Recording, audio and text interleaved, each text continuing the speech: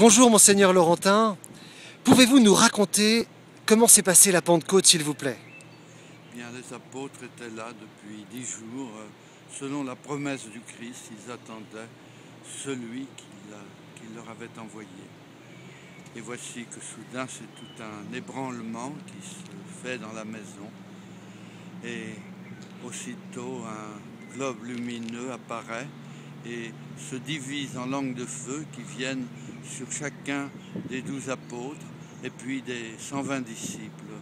Marie est là avec eux et alors elle se sent envahie d'une grande joie qui la saisit et elle-même et tous les autres se mettent à chanter d'une même voix, un peu comme les charismatiques à Saint-Pierre quand on leur avait recommandé de ne rien dire, d'être très discret à la messe du pape, à la Pentecôte, et on avait entendu comme un léger murmure. Alors elle a entendu, elle au contraire, un murmure beaucoup plus fort, et elle s'est mise à chanter avec les autres dans une joie immense, et l'Esprit Saint est venu à remplir leur cœur et a fait de d'eux, eh bien, pas de la Vierge bien sûr, mais des apôtres et des disciples, d'autres hommes, des hommes courageux, des hommes forts, porteurs du message du Christ.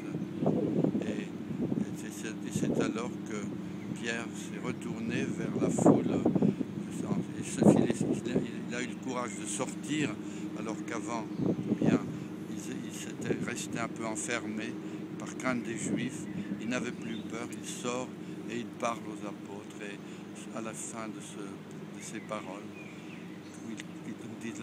qu'il commence d'ailleurs plaisamment en lui disant, en leur disant, vous pensez que nous sommes ivres?